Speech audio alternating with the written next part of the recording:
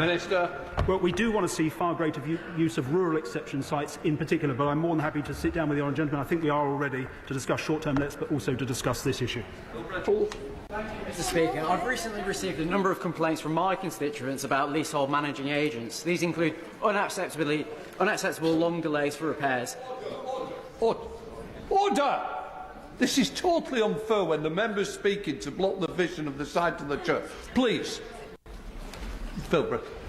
These include unacceptable long delays for repairs and exorbitant costs at Greenmount Court in Smithills, despite spiralling fees, poor transparency and little to no communication for the agent. What steps is the Minister taking to deliver a fairer deal for existing leaseholders and hold poorly performing managing agents to account? Minister. Well, Mr. Speaker, we do need to balance speed with care, because we're not going to make the mistakes that the previous government did and pass legislation with flaws in it that require us to therefore fix and delay reform for leaseholders. But we are going to, as soon as possible, introduce the provisions of the Leasehold and Freehold Reform Act that allow us, as I said, to bring in transparency around service charges to allow leaseholders to better challenge unreasonable increases. And we do intend to strengthen the regulation of managing agents. Gagan Mahindra. Thank you, Mr. Speaker. Thank you. On the 8th of February, the court, a Grade 2 listed landmark in Chorleywood, my constituency, burnt down in mysterious circumstances. I did meet with the three local councillors on Friday, Councillor Cooper, Hearn and Reid, to discuss this. Without requiring the Minister to comment on this specific case, will she confirm that where listed buildings are destroyed without permission, there should be a presumption that they are rebuilt brick by brick as they were before the destruction? Minister.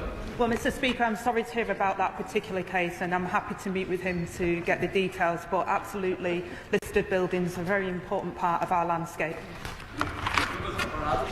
Thank you, Mr. Speaker. At nearly every single one of my advice surgeries, leaseholders in Stratford and Bow have told me appalling stories of disrepair, high service charges and no accountability from management agents, years after broken promises of reform by the Conservative government.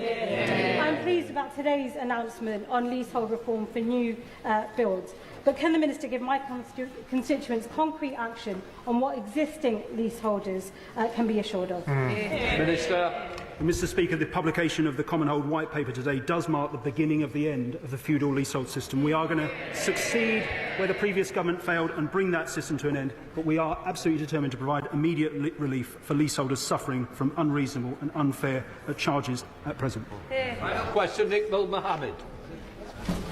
Thank you, Mr. Speaker. I rise to gently follow up on a critical request for urgent help that I made in November last year. In September 2023, Kirklees Council temporarily closed Dewsbury Sports Centre for safety reasons due to RAC. The centre remained closed until the 5th of November 2024, when the Council unilaterally decided to permanently close the centre without investigation. I raised this issue with the Secretary of State for DCMS, and I've written to the Prime Minister and the Treasurer and the Chancellor for assistance. Will the Deputy Prime Minister facilitate an update to me on this issue? Secretary of State. Well, Mr. Speaker, the member makes a very important point around safety and RAC in our public buildings, and we are absolutely committed to do all we can despite the legacy that was given to us by the previous government, and I'll make sure he gets a meeting with the Safety Minister. I'll let the front benches change over.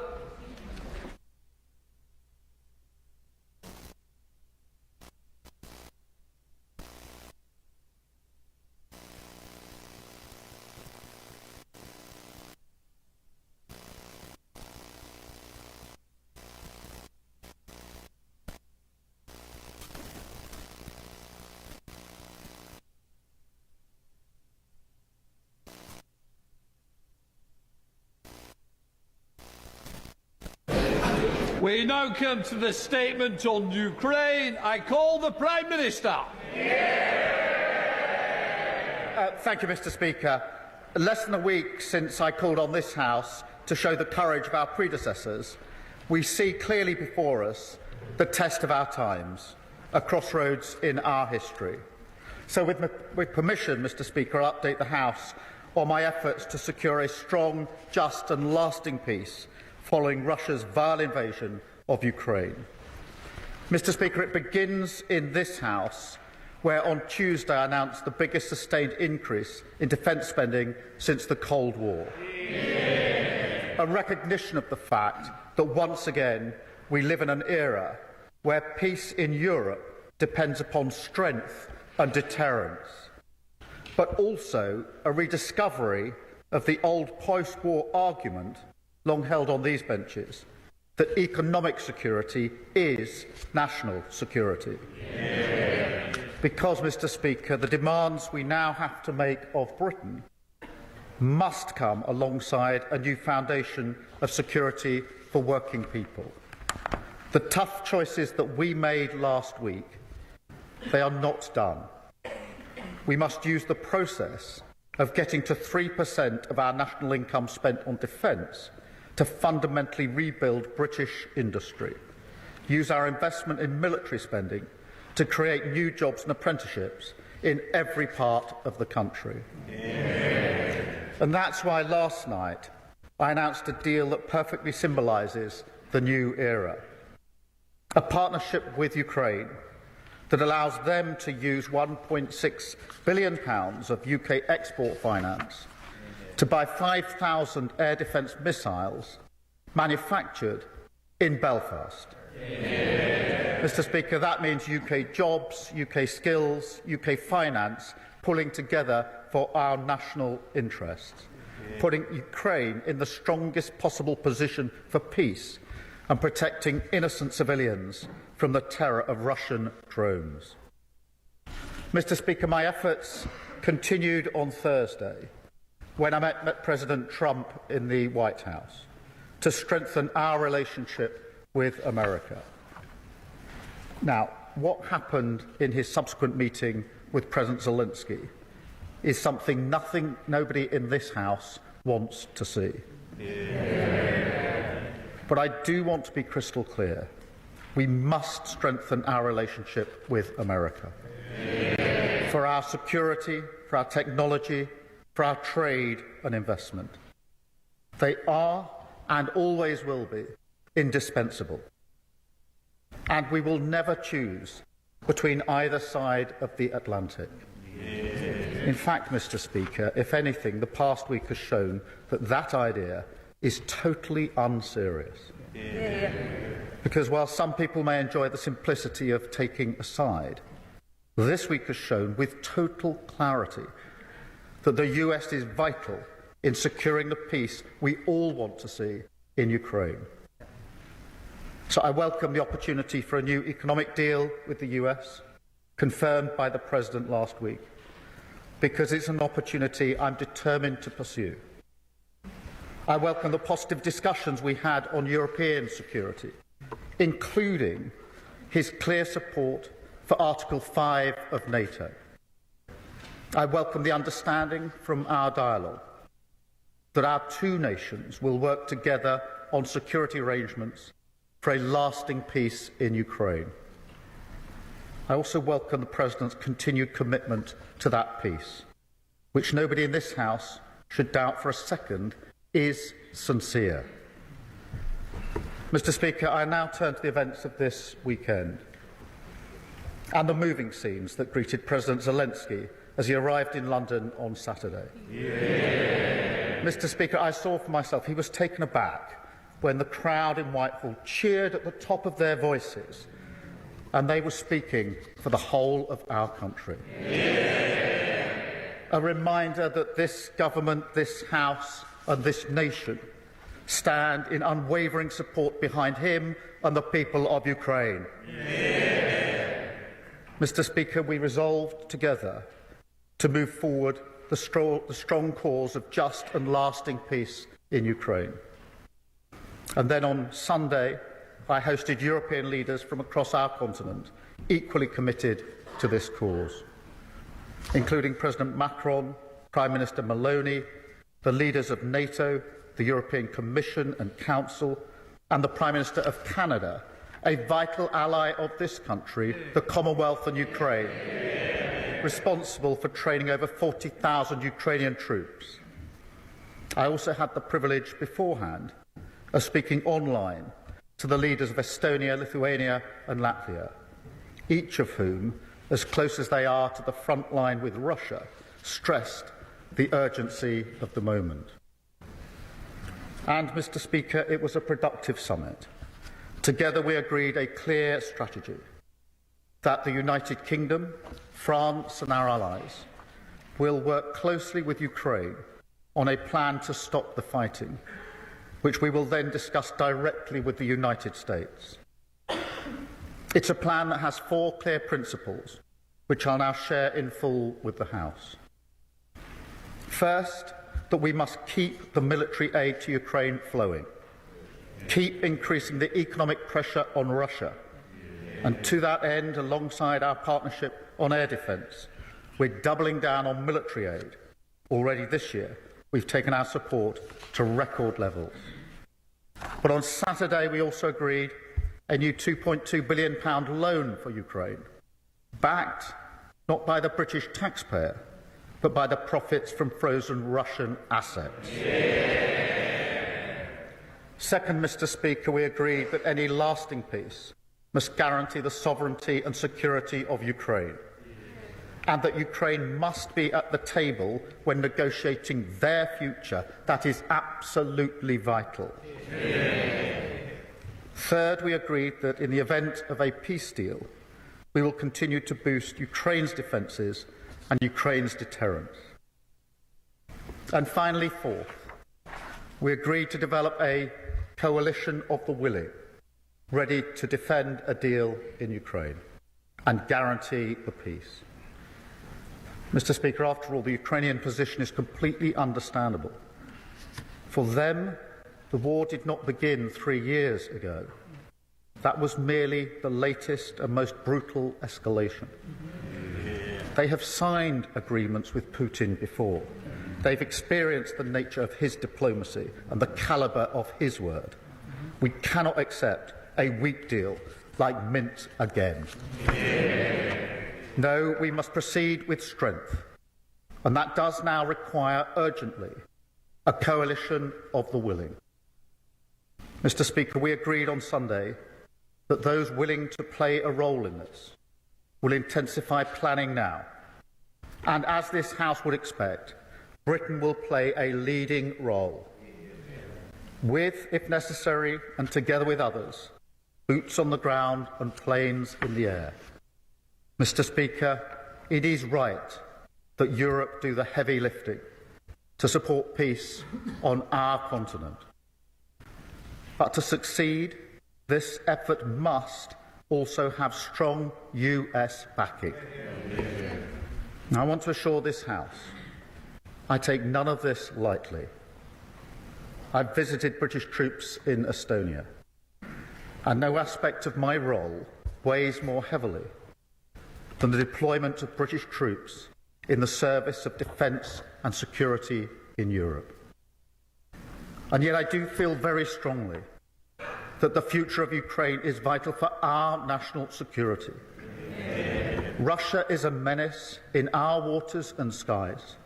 They've launched cyber attacks on our NHS, assassination attempts in our streets. In this House, we stand by Ukraine because it's the right thing to do. But we also stand by them because it's in our interest to do so. Because if we do not achieve a lasting peace, then the instability and insecurity that has hit the living standards of working people in Britain, that will only get worse. And Putin's appetite for conflict and chaos, that will only grow. So a strong peace, a just peace, a lasting peace, that has now to be our goal. It is vital, it is in our interests, and its pursuit, Britain will lead from the front for the security of our continent, the security of our country, and the security of the British people. We must now win the peace. And I commend this statement to the House. I come to the Leader of the Opposition, Kemi Bedrock. Mr. Speaker, I thank the Prime Minister for advance sight of his statement and also for our conversation earlier today. The United Kingdom is a free, democratic and sovereign country. We recognise that Ukraine is fighting for her survival and fighting to have the same freedom, democracy and sovereignty which all of us here enjoy. That is why both the opposition and the government are fully committed to supporting Ukraine and President Zelensky. I was also glad to see His Majesty the King welcome President Zelensky at Sandringham. As I said at the weekend, President Zelensky is a hero. He is a symbol of the bravery of the Ukrainian people. There are, of course, many areas where the Prime Minister and I disagree, but now is the time for us to discuss where we do agree. I welcome all of his actions this weekend to convene European leaders, as well as the focus on economic security using UK export finance to support British jobs. As the Prime Minister knows, we welcomed the uplift in defence spending to 2.5% of GDP by 2027. We also support the use of foreign aid to achieve this. We welcome a commitment to reach 3% in the years ahead, and we will support him in taking difficult spending decisions, including on welfare. And we will return to the details of how the government will fund this in the near future. But for now, it is right that the Prime Minister is working with allies in Europe and with the United States to bring peace to Ukraine and not a surrender to Russia. As part of this, the Prime Minister has suggested that British troops could be deployed in Ukraine. There are obviously a range of possible options for what such a deployment could look like, and we are keen to work with the government, but we will need details of any such plan. This will be a difficult but significant step. I know many in Parliament and across our country will be interested in what this entails, and I ask him to work with us so there can be effective scrutiny. I also welcome the coalition of the willing to support Ukraine and agree that Europe must do the heavy lifting. So can I ask the Prime Minister to update us on what European and other allies are willing to offer towards this coalition? Can I welcome the use of the proceeds from frozen Russian assets to support Ukraine, and ask the Prime Minister if he has plans to go further and use the frozen assets themselves? Can I ask him for an update on the government's sanctions on Russian-linked individuals, and for confirmation that such sanctions would not be lifted in the event of a ceasefire? Can I ask the Prime Minister to update us on the steps he and other allies are taking to ensure that Ukraine is at the negotiating table for any peace plan, and what he thinks can be done to heal the rift with Washington? As the Prime Minister referenced in his speech, the Minsk agreements of 2015 failed to stop Russian aggression and ultimately did not return Ukraine's territorial integrity. His second principle is that any lasting peace guarantees the sovereignty of Ukraine. So can I finally ask how the Prime Minister will work to ensure we avoid a repeat of the Minsk agreements, and how we can ensure that any peace fully protects Ukrainian sovereignty? At times like these, it is so important that we stand together to defend shared values and the fundamental, basic principle that aggressors should not win. The Prime Minister will have our support to do that, and to ensure that we continue to uphold those values all of us in this Parliament hold dear. Prime Minister. Can I thank her for her message in our discussion this morning? And can I thank the Leader of the Opposition for her support for the measures that we are taking? It matters across this House that we are united on this issue. It matters to the Ukrainians and to President Zelensky. And I can tell you that he was moved by the reception that he got in our country on Saturday. And I can tell you I felt very proud to be British on Saturday when our country spoke with one voice, and she reflects that with the unity across the House, and I do thank her for it. She asks about the details of any deployment. We will, of course, put details before the House when we get to that stage, if we get to that stage. And as I mentioned to her this morning in our phone call, I will make sure that she gets whatever briefings she needs to be able to look at the detail before it's put before the House, so she's fully informed. On the question of other allies, we had a long meeting yesterday with a number of allies. My strong view is that we have to move forward, we have to lead from the front, and therefore we need a coalition of the willing, because otherwise we will move at the speed of the most reluctant, and that will be too slow. A number of countries and allies indicated their support. They will set that out in due course. I won't pretend that every country is in the same place on this issue. That is why I and others took the view that we should take a leading position and move forward. But I will give further details as they become available. On the question of the frozen assets themselves, obviously the proceeds, the profits, are being used in the way that the House understands in accordance with the statement I just made. On the assets themselves, it is a very complicated issue, not straightforward, but I do think that we need to do and are doing more work to look at what are the possibilities, at least, along with other countries, but I'm not going to pretend that this is simple or straightforward.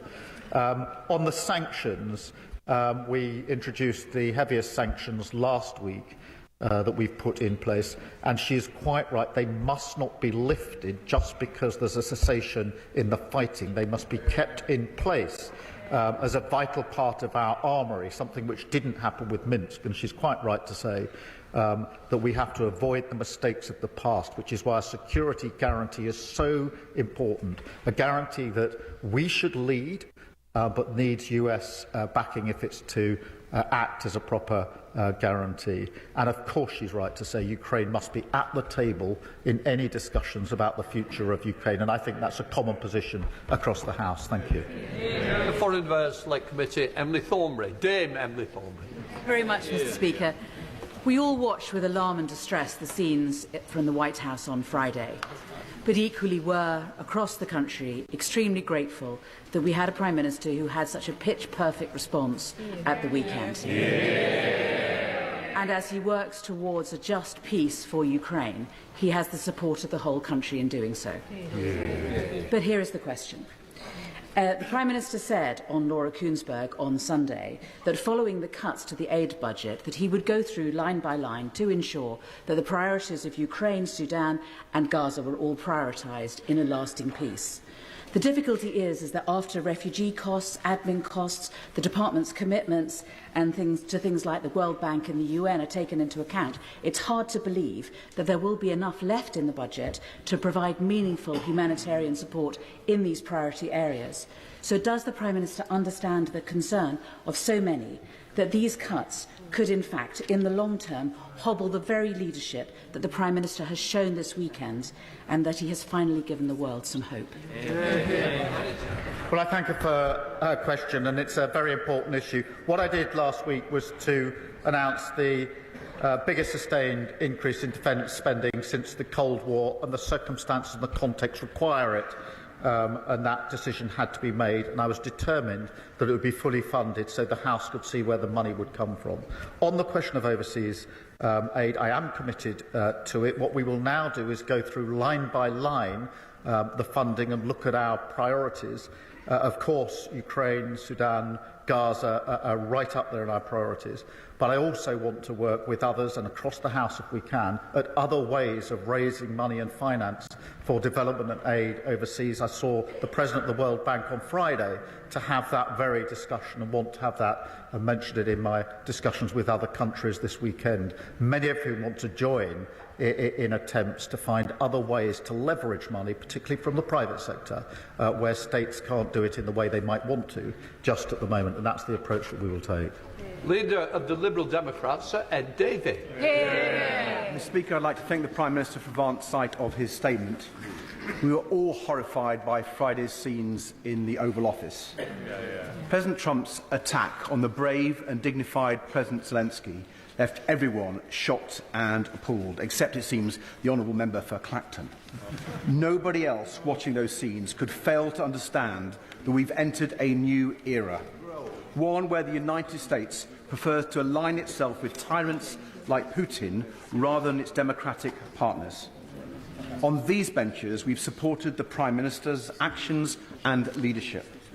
Britain leading the world, as we have so many times in the past, bringing together Europe and Canada in London to work towards a just peace that guarantees Ukraine's sovereignty and security. But, Mr. Speaker, we need to reduce our dependency on the United States. Because I say with deep regret, I fear that President Trump is not a reliable ally with respect to Russia. And with that regard, did the Prime Minister discuss with our European allies our proposals for a new rearmament bank and for seizing the tens of billions of pounds worth of Russian assets to support Ukraine? And in his conversations with the Canadian Prime Minister, was he clear that we stand with our Commonwealth ally in the face of President Trump's threats? Mr. Speaker, many of us were confused by Lord Mandelson's comments yesterday. So can the Prime Minister confirm that they do not represent government policy? And does he agree that the British ambassador should not be freelancing on American TV? Mr. Speaker, the Prime Minister will have our support if the UK continues to lead with our European and Commonwealth allies for Ukraine's defence and our collective security. I thank him for his question, and he talks about the scene on Friday afternoon. Nobody wants to see that. My response was to recognise the urgency of the need to repair the breach, which is why I spoke to President Trump and President Zelensky on Friday night and again on Saturday night, and are continuing in that work, because for me the single most important thing is lasting peace in Europe and Ukraine, and nothing is going to deter me from that or lose my focus on that.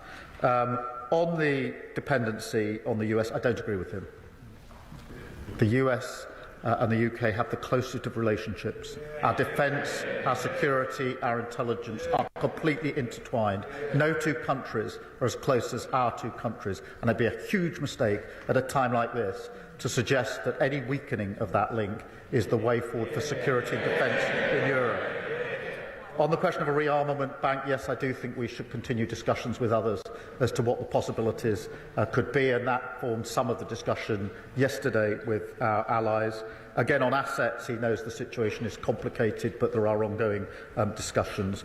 I spoke at length with the Canadian Prime Minister yesterday because we had a bilateral meeting as well as the meeting with other colleagues, in which I was able to assure him of our strong support for Canada, a close ally of ours, a strong supporter of Ukraine, and Canada have led the way on the training that's been so vital to Ukraine. So they were very welcome at the table yesterday. In relation to the ambassador's comments, look, the plan is clear. We're working particularly with the French. I've had extensive conversations with President Macron over the last week, intensively over the weekend, talking to Ukraine as well. Those are going on at the moment, and the intention is to then have discussions with the United States in relation to that plan. So as soon as the details are available, I'll share them with the House, but they are still being worked on at the moment. There's no guarantee of success, but I'm not going to let up until we have done everything we can to ensure peace in Europe and peace for Ukraine. Chair of the Defence-led Committee, Tamarji Singh Desi. Thank you very much, Mr. Speaker. I welcome the Prime Minister's statement and the warmth of his welcome and hugs for President Zelensky and his show of leadership on defence and security matters in our continent as he hosted his Sunday summit of leaders in London. Can the Prime Minister, my right honourable friend, assure the House that in our pursuit for a just, lasting peace, that he will do his level best to convince President Trump to provide security guarantees for Ukraine, and that he will convince those NATO allies not spending 2% on defence to step up to the plate and do much more? Well, on both fronts. Firstly, yes, of course, I'm talking to President Trump about security guarantees. That formed a large part of our discussion on Thursday and our subsequent discussions. I think it is right that Europe does the forward-leaning on this, that we have to do more on security guarantees, but it does need a US backing to those guarantees, and that is the very discussion that I'm having. On the question of spending, I think that across Europe, in this era, we now have to step up on capability, coordination and on spending, and that did form part of our discussions yesterday. James Cleverly. Thank you, Mr. Speaker. I find myself in the strange and rather uncomfortable position of very much agreeing with the Prime Minister on everything he has said today. And whilst I often take great delight in criticism of the government, I think this weekend he has not really put a foot wrong. But he does need to go further. The small increase in defence spending that he announced was welcome, but fundamentally we do need a gear shift on this. I would echo the points made by my right honourable friend, the Leader of the Opposition, that when, and it will be when not if, he has to make some really difficult decisions about balancing defence spending against domestic expenditure, that we will not try and play politics, that we will support him, because we need to send a message now to our friends in Ukraine and to potential aggressors around the world that we take our defence, the defence of our values and the defence of our friends seriously. Well, I thank him for the unity across the House, and he's absolutely right. It sends a message to those who want to challenge our values when they see this House united on either Ukraine or on defence spending, and we have to face this era with confidence and with unity across this House wherever we can. I'd invite him. It's been good to have him agreeing with me. We should do this more often. Alex Sobel. Thank you, Mr. Speaker. I'd first of all like to thank the Prime Minister for the leadership he's shown pulling together all our allies yesterday in London and acknowledging the bravery and sacrifice of the people of Ukraine. I was in Ukraine last week. I met with the Mayor of Kharkiv, a frontline city of 2 million people undergoing daily attacks and blackouts from Russian forces.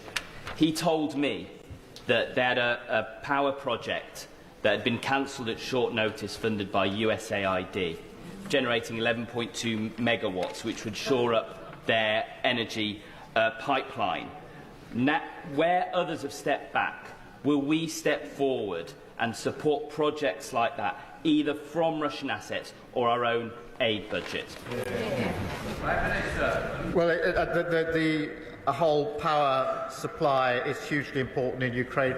Let's face it, power and energy has been weaponised by Putin. That is why he's attacking the power supplies to communities across Ukraine. And of course, we will work with them to ensure they have the security and the power supplies that they need as we go forward. Far of the House, Edward Lee. Our enemies should know that our Prime Minister has 100% support from us. I noticed in Moscow they're referring to the small size of the British Army. Perhaps the Prime Minister could remind them of what the Kaiser said in 1914 about the contemptible little British Army. And will he tell the President Putin and other tyrants that our army, the most professional in the world, is quite capable of giving as good as it gets? But to continue the historical illusion, as in 1939, if we do stand up to the mark with the French, it's best to have a security guarantee from the Americans. Well, I thank him for his unity, because that is really important. And I think I speak for the whole House in saying we're very proud of our armed forces in everything that they do. They are at the leading edge. They're playing a key part in Ukraine, and they will continue to play a key part in the security and defence of Europe. Dr. Rosanna Allen-Carr. Oh, thank you very much, Mr. Speaker. Can I congratulate the Prime Minister on bringing European leaders together at the weekend and for setting the record straight with JD Vance on the issue of free speech. President Zelensky is resilient and brave, just like the nation that he represents. And in the second week of the war, when I went to Ukraine with my medical team, we could see firsthand that there was absolutely nothing that the Russians will not do. So can the Prime Minister promise that our support will not waver, and he will continue working closely with our European allies to make sure that we bring about peace in Ukraine? I can give her that assurance. We will not waver. We will work with our allies. Madeira Wilson. Thank you very much, Mr. Speaker. I welcome the Prime Minister's statement and his unequivocal support of the United Kingdom for President Zelensky and Ukraine. But in view of his cuts to the aid budget, but also with the eyes of the world focused on Zelensky, Ukraine and Russia, could he please reassure the House that he will not forget about the Middle East, and in particular the decision by Netanyahu's government to block aid to Israel, and what representations is he making on behalf of the government to reverse that? It's a breach of international law. Well, let me be really clear. The decision to block aid into Gaza is completely wrong and should not be supported in this House.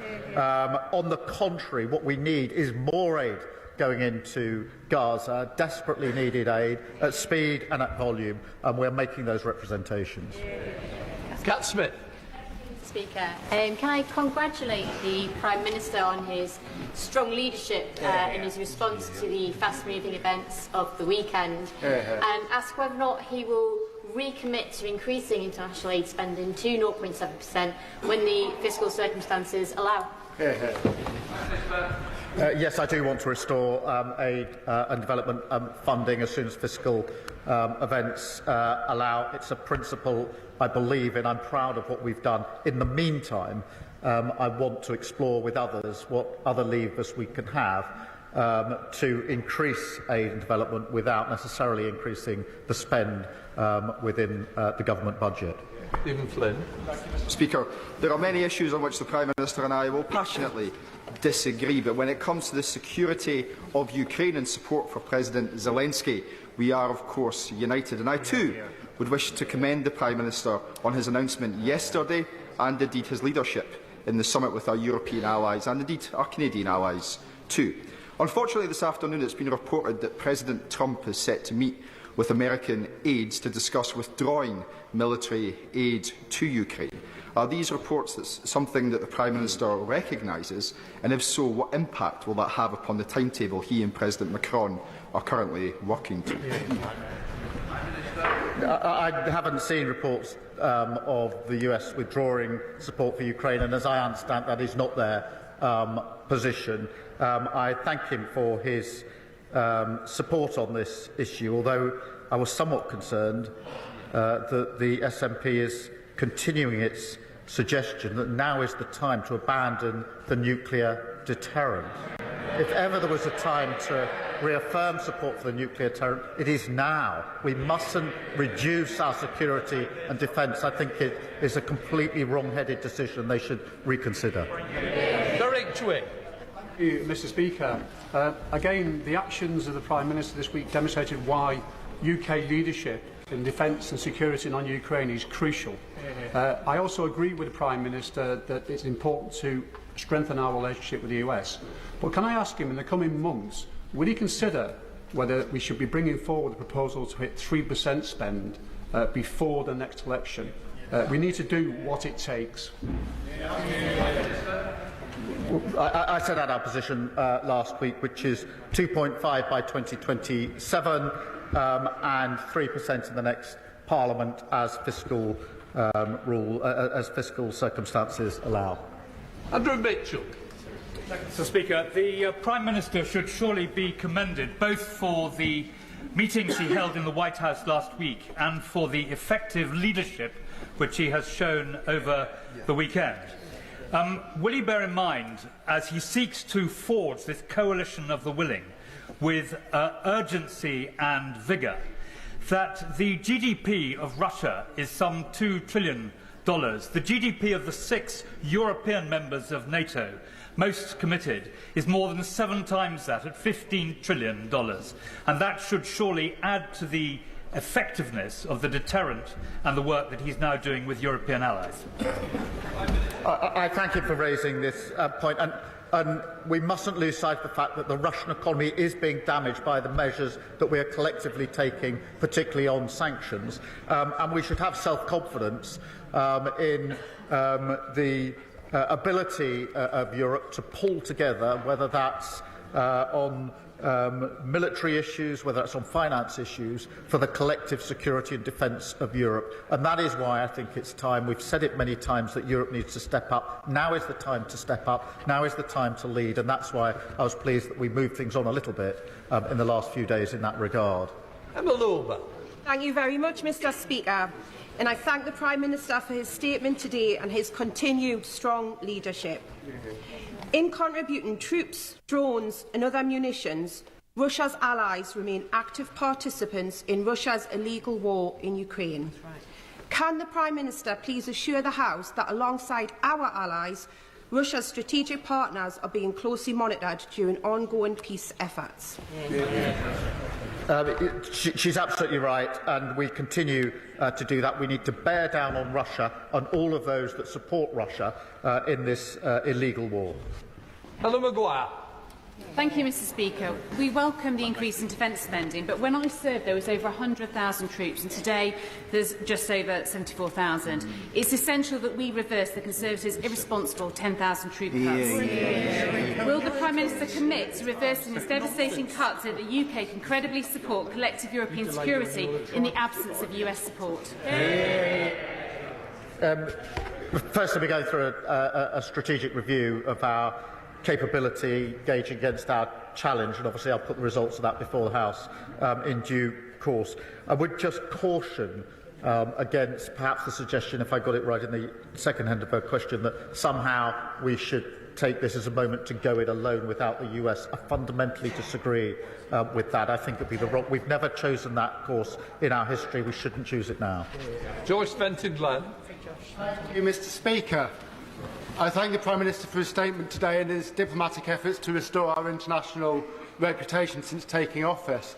But can my honourable friend confirm the basic principle that no decision can be made about the future of Ukraine without their elected leadership in negotiations, and that any ceasefire must be adhered to by Russian aggressors and not just the Ukrainians?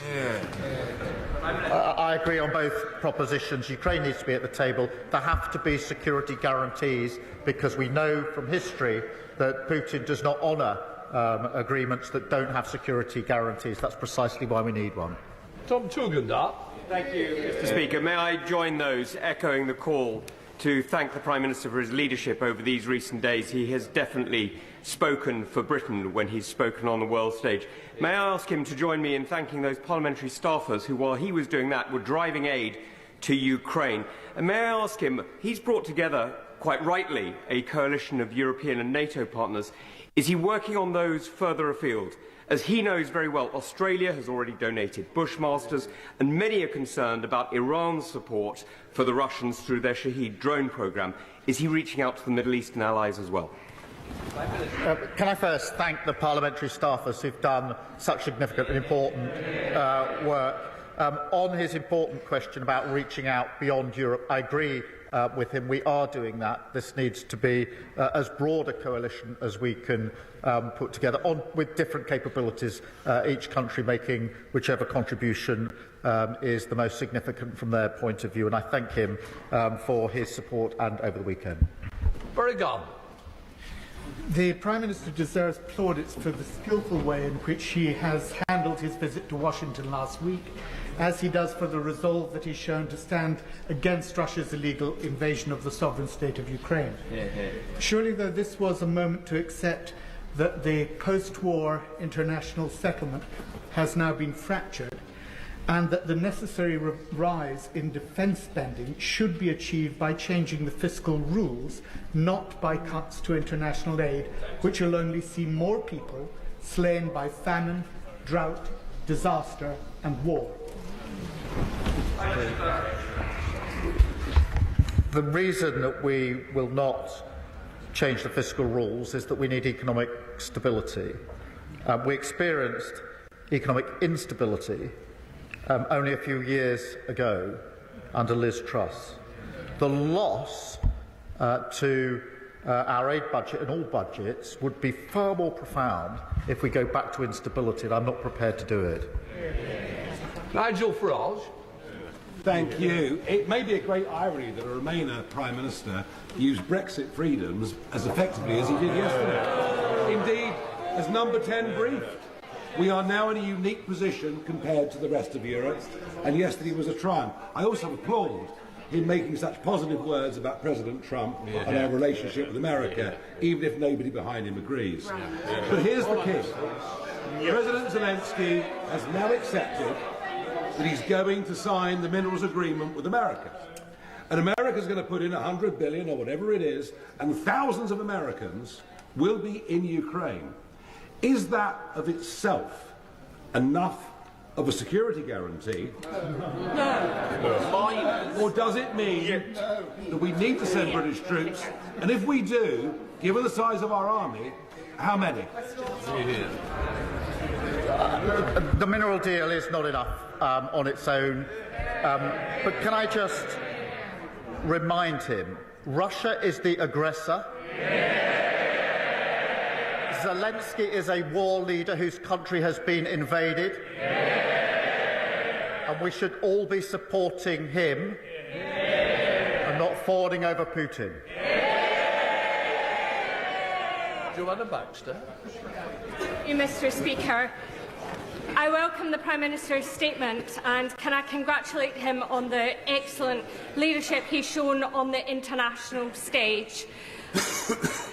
Does my right honourable friend agree with me that for any lasting peace to be achieved in Ukraine, Russia must return the 19,546 children that they have stolen from Ukraine?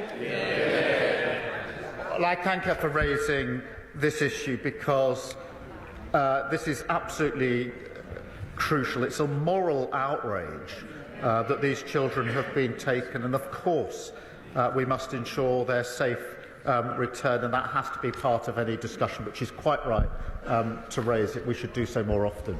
Sir Roger Gale. Mr. Speaker, the Leader of the Opposition has quite rightly and properly shown her support for the Prime Minister's position, and I hope that he'll take comfort from the fact that he has the support of at least these backbenches as well. Mr. Speaker, those of us who have had, in my case, through the Council of Europe, dealings with the Russians, know only too well that this administration, Putin's administration, cannot be trusted. And that security guarantees, therefore, are absolutely vital if we are to succeed in a peace agreement and not a surrender. A surrender would lead to the inevitable further extent of activities in Georgia and Moldova, and then possibly in the Baltic states as well. Is that not right? I agree with him completely. We know Putin's ambitions. We know that he's not a man to keep his word. We absolutely have to guard against those risks, which is why security guarantees have to go in relation to any deal that must be done. And we must be vigilant on all fronts in relation to Putin, because, as we know from our history, instability in Europe inevitably washes up on our shores. This is about our national security just as much as it's about the sovereignty of Ukraine. Oliver Ryle. Thank you, Mr. Speaker. Can I praise in the strongest possible terms the Prime Minister's strong and pitch-perfect leadership, particularly when it's come to the defence budget increase, and his statesmanship through this difficult time. He's spoken for the nation and indeed been the leader of the free world this past few days. While this negotiation is ongoing and Ukraine is still being bombarded, will he make sure that our partnership with Ukraine goes deeper, that they still get the drones, the planes, the arms that they need to make sure they can stay at the table while he's making his deal? He makes a very good point, which is peace through strength. It is vitally important that Ukraine's put in the strongest possible position to fight on if necessary. There may not be a deal, or to be in the strongest position to negotiate if there are negotiations. On both fronts, we mustn't let up. On the contrary, we should double down and provide more support. Sammy Wilson. Speaker, on behalf of my party, can I also congratulate the Prime Minister on the work that he has done this week, both in America and here in the United Kingdom. He has made a commitment to putting support to Ukraine to defend any peace agreement. But given the state of our armed forces and the overstretched nature of those forces, how sure is he that he can deliver on that commitment? And does he not agree that there needs to be a continued role for America in the defence of democracy against terrorising tyrants?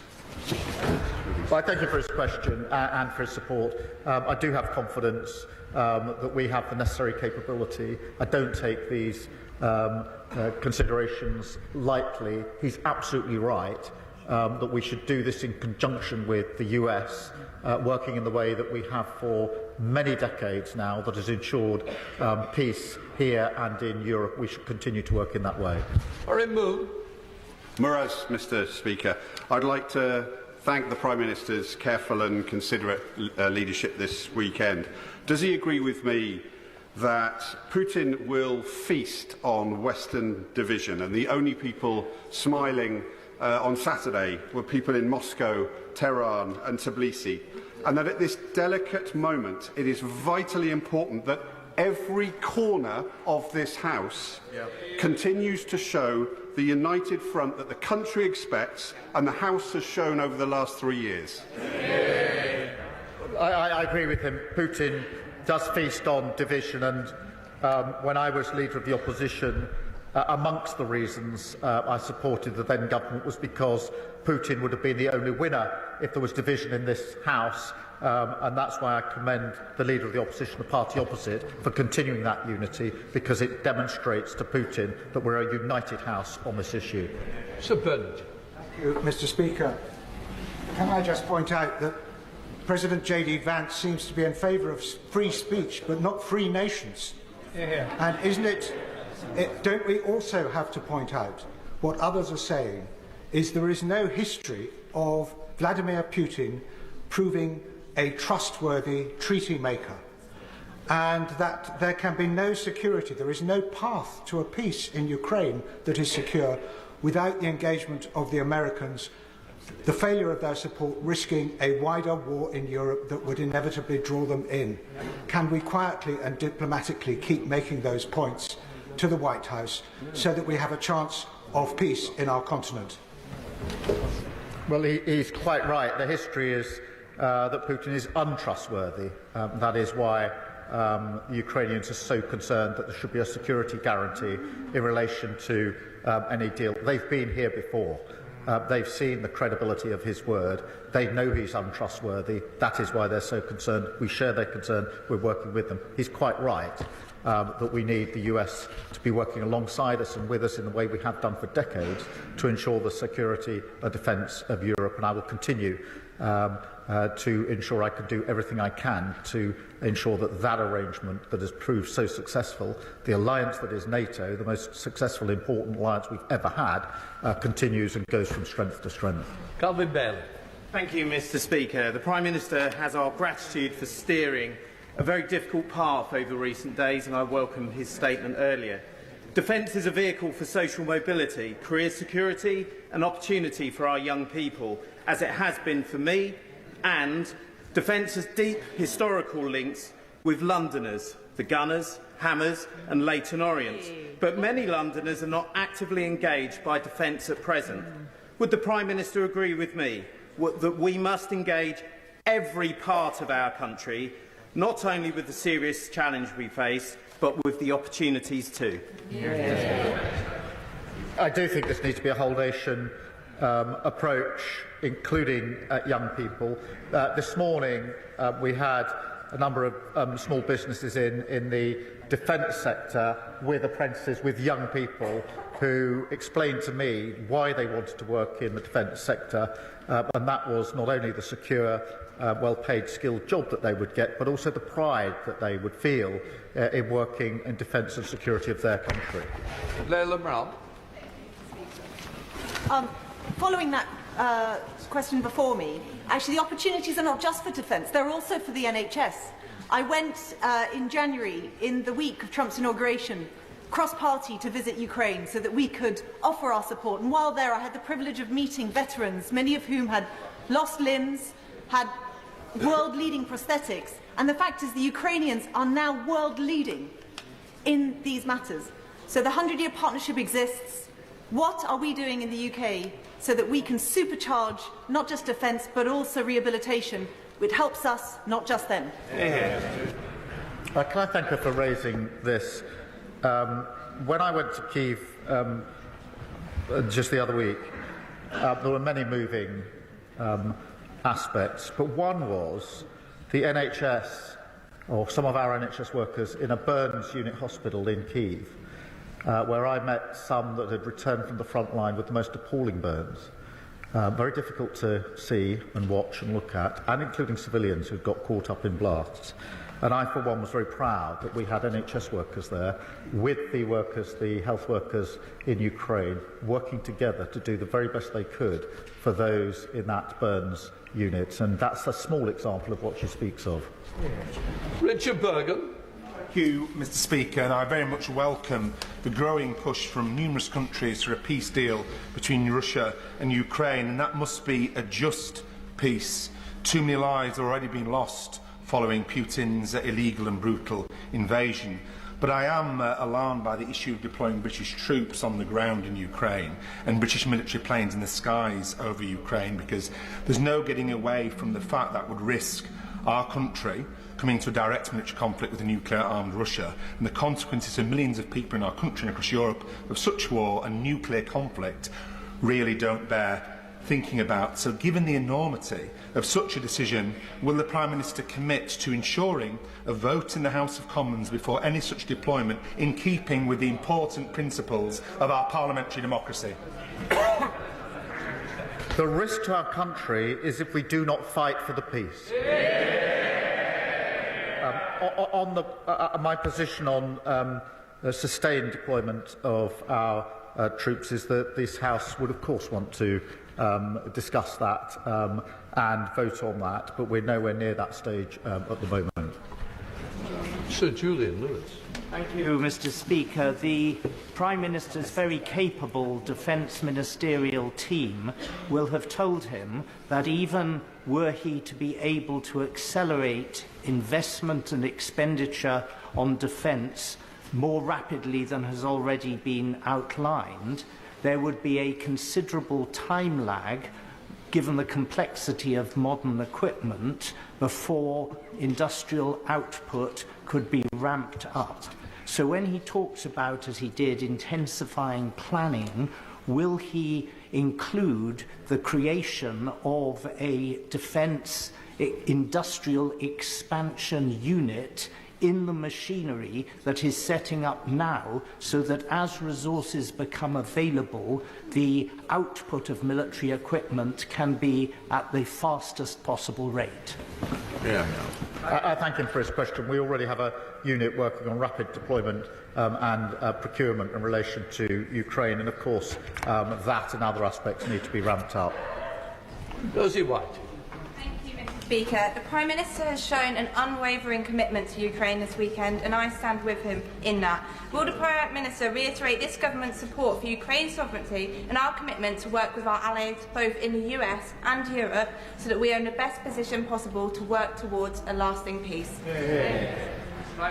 Well, I thank you for a question, and I agree with the sentiment. We will work with our allies and with the US towards the security and defence of Europe.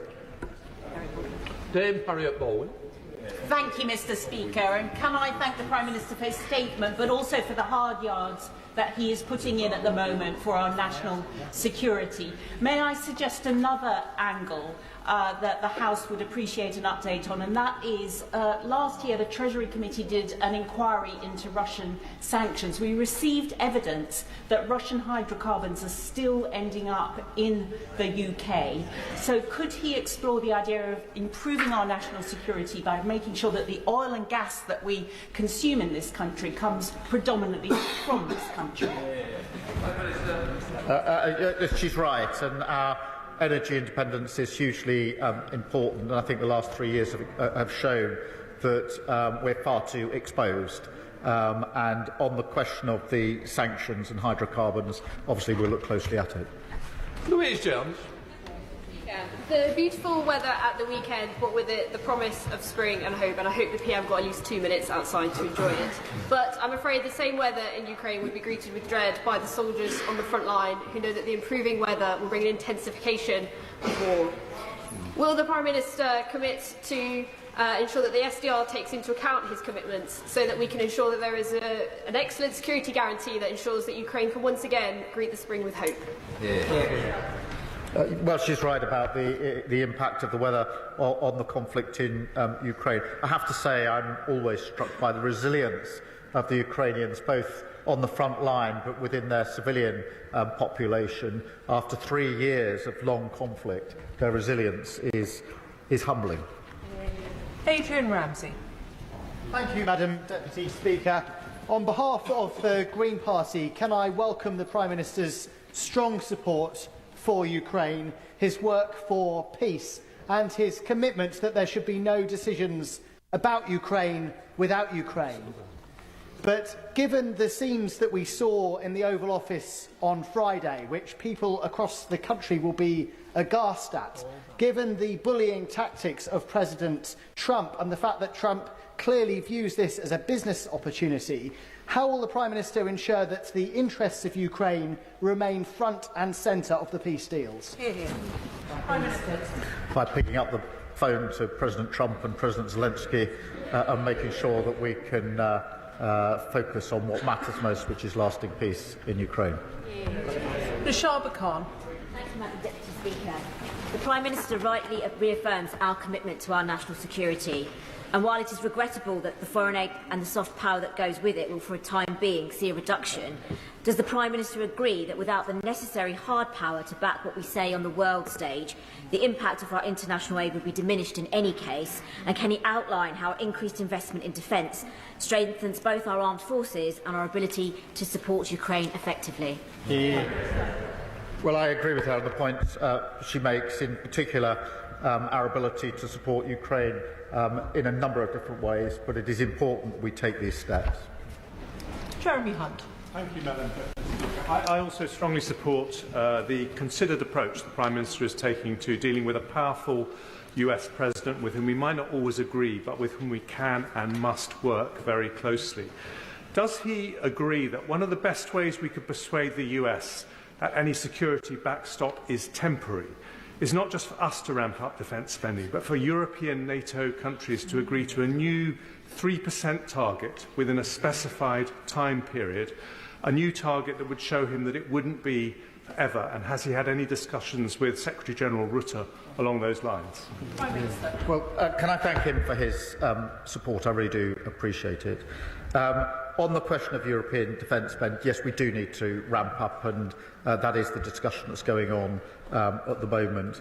And I am in near constant discussion with Mark Rutte at NATO on this issue and many others, as he will appreciate over the last few days.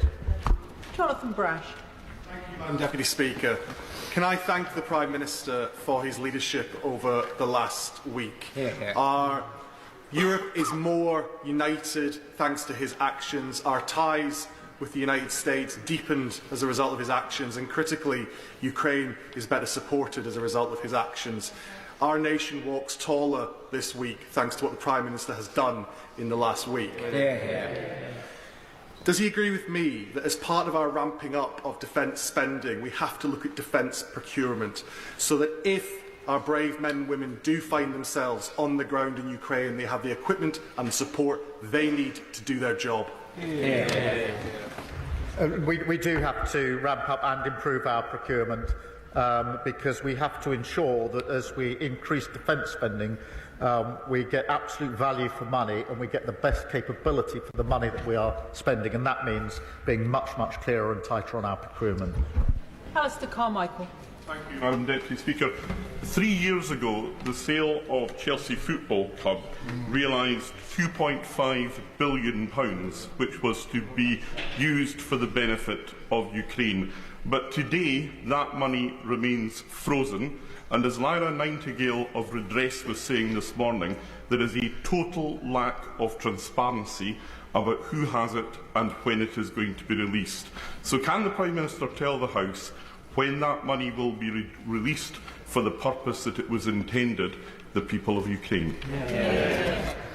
The whole issue of assets and frozen assets is something that is on the one hand complicated, but I agree with the sentiment across the House that it's time to look at what options might be available. I don't think we should do that on our own. I think that needs to be done in conjunction with other countries, but it is fiendishly complicated, which is why it hasn't been done so far.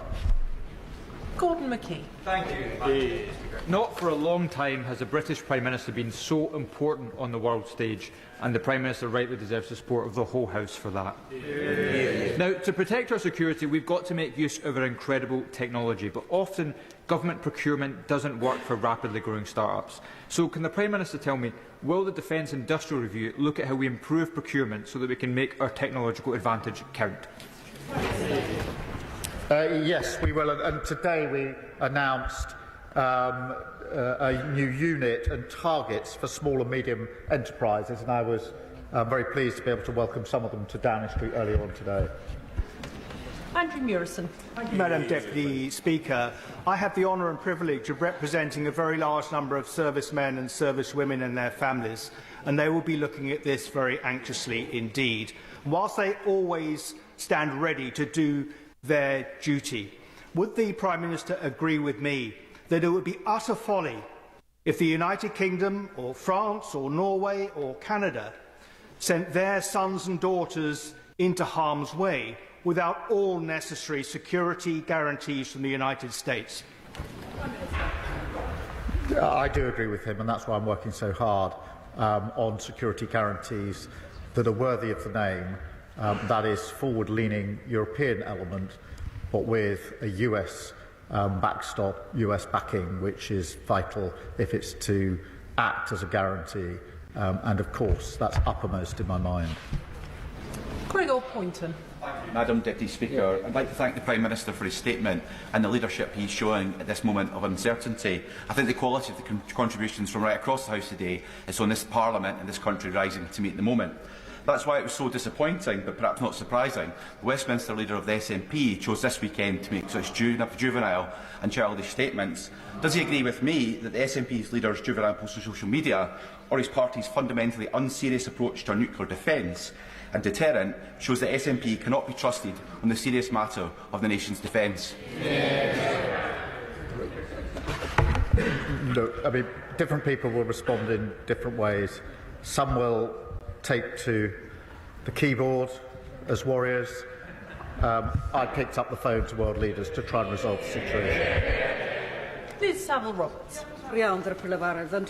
Working together with our European partners is essential for security, stability and peace. Plaid Cymru commends diplomatic initiatives over the weekend. Boosting defence spending shouldn't be at the expense of international aid or public services starved of resources. The Prime Minister talked of Tory fiscal failures, but protecting peace now calls for a bolder vision. Under what circumstances would he commit to look again at the fiscal rules to ensure that the UK can responsibly invest in defence, humanitarian commitments and public services? I thank her for her question. I do understand her concern. As I explained to the House last week, this was not a decision I wanted to take, but the defence and security of Europe required us to take the decision on defence. On the fiscal rules, I do think economic stability is vitally important. If we lose that, we will lose far more out of all our budgets. But I would and will work across the House on whatever ways we can to increase development aid, notwithstanding the budgetary constraints, and that's why I spoke to the President of the World Bank on Friday to have that very discussion. I think there's discussions to be had with other countries, with other institutions, and actually innovation and discussion across the House, I think, would be a valuable part of that exercise, because the principle behind her question is the right one, which is that we must support international development and aid. Tulip Siddiqui. Madam Deputy Speaker, my constituency of Hampstead and Highgate has welcomed hundreds of Ukrainian refugees into their community, and I'd like to pass on their thanks to the Prime Minister for the strong leadership that he's shown over the last few weeks. The majority of these Ukrainians want to go back to their houses when it's safe to do so in their country, but a small minority of young Ukrainian refugees have approached me to say that they've laid down roots here, built careers here and started relationships here, but have no route to settled status. So could I ask the Prime Minister what consideration he's given to the lives of these young Ukrainians who want to make London their permanent home? Well, firstly, can I, as my neighbour MP, I remember together we saw some of the first Ukrainian refugees to arrive into, I think, her constituency at the very early days. And obviously we need to take this step by step dealing with the conflict that it is. Many will want to return, some may not, but we're not, unfortunately, at the happy place where those that want to return can return, and that's got to be the first priority. Sir Ian Duncan-Smith. Deputy Speaker, can I obviously, like my right honourable friend and many others, congratulate the Prime Minister on his decision-making over the last few days and keeping his calm when others were losing theirs. Most importantly, I think, he followed the simple principle that when the UK and the USA are together, the world is a safer place, and those who cry for it to be split are mad. It's as simple as that. Can I also say to him, when he's talking to the American President, could he possibly just raise as a nudge why Ukraine is important on a wider scale? We know now that as part of the deal with North Korea, the Russians have been handing subsea ballistic missile technology, very advanced, to the North Koreans. That will bring the whole of the United States within the target area for missiles. Reminding him that might say this is important. And finally, I simply say to him on this one point. The coalition of the willing, no matter how big it is or how powerful, cannot succeed if Russia's demand for the complete demilitarization of the Ukrainian forces exists. They must be allowed to stand with their arms in case this breaks down again. On both, I mean, on the North Korean element, this is a significant development, and it expands the threat and the risk, and we all need to see it in those terms. On the question of Ukraine's sovereignty and security of Ukraine has to be at the heart of that, and part of sovereignty is deciding for yourself what your defence capability is, and we mustn't lose sight of that, because security guarantee is not just what the Europeans or the US do, it also Ukraine's ability to defend herself as a sovereign country. She should be able to do so. Bill Esterson. Thank you, Madam Deputy Speaker.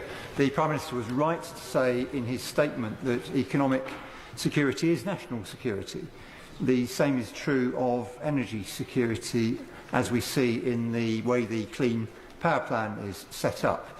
So can I encourage my right honourable friend to use the success we have in this country in developing alternative energy technology to support Ukraine in giving it energy and national security while we do the same here? Energy security in Ukraine is hugely important. It's being attacked every day, and that is why it's so vitally important that we help Ukraine defend its own energy arrangements, but also work to a lasting peace which allows them to prosper and thrive in the way that we all want in Ukraine. Vicky Slade. Thank you, Deputy Speaker. I welcome the Government's commitment to increasing defence spending, but I am troubled by it being done entirely on the back of the Overseas Development Aid budget, and I hope he'll keep an open mind into alternatives. And it was reassuring to see the uplift in the air missiles explicitly being linked to British jobs in Northern Ireland. So what assurance can he give that defence spending on new equipment, be it weapons, kit and tech like drones and IT, will be focused on UK manufacturing and innovation, so boosting British growth? Well, I thank her for her question, and I'm really pleased that the announcement we made over the weekend was for jobs in Belfast. Hugely important, and that's the model we should follow, that as we ramp up defence spending and capability, we should be looking predominantly at that supporting UK jobs, UK economy, and the secure, skilled jobs that go with it should be in our economy, because economic security is important in the UK, just as defence and security is important. Stella Creasy. Thank you, Madam Deputy Speaker. Can I join with those thanking the Prime Minister for setting out how clearly the safety of the world relies on this moment and the future of Ukraine. And, Madam Deputy Speaker, I, for one, am saddened that the member for Clacton is no longer in his place, because he might learn a thing or two, given that his previous advice to Prime Ministers was that President Macron, when he was elected, would loathe us and would be anti-British. How out of depth and out of touch with the British national interest that advice is, given the coalition that the Prime Minister is building and the concern that all of us have to use resources effectively. Could he tell us a little bit more about what conversations he's had with our European allies about how we can reduce the duplication of effort involved in the plans going forward, please? Prime Minister. Well, I thank her for her question. I do think it's important we work with our European allies, whether that's ramping up spending or capability, but the point she makes about coordination is also important. We have to learn the lessons of the last 3 years. Many European allies and others have provided capability to Ukraine, but it hasn't been coordinated enough. And our collective security and defence, to my mind, requires that we coordinate our efforts much more closely as well. Sir John Whittingdale. Thank you, Madam Deputy Speaker. Does the Prime Minister share my concern and sadness that any settlement appears to involve acceptance of the Russian occupation of parts of the sovereign territory of Ukraine? And will he recognise that the Baltic nations will now feel even more exposed? And while I welcome his telephone conversations with the leaders at the weekend, can he give an assurance that they will be at the table for any future discussions of European security? On the question of territory, obviously there's discussions to come, but I take the tenor of what he says. On the Baltic states, I mean, he's right. I was over at the GEF meeting in Estonia just before Christmas to have discussions with them. I've been to the front line in Estonia twice now where we've got British troops. They feel very immediately the threat for very obvious reasons. I spoke to them yesterday morning at some length, and I assured them that we need to look at the configuration again when we have meetings of European and other allies to make sure the Baltic states are properly represented, because for them the threat is very, very clear and very, very near. David Burton-Sampson.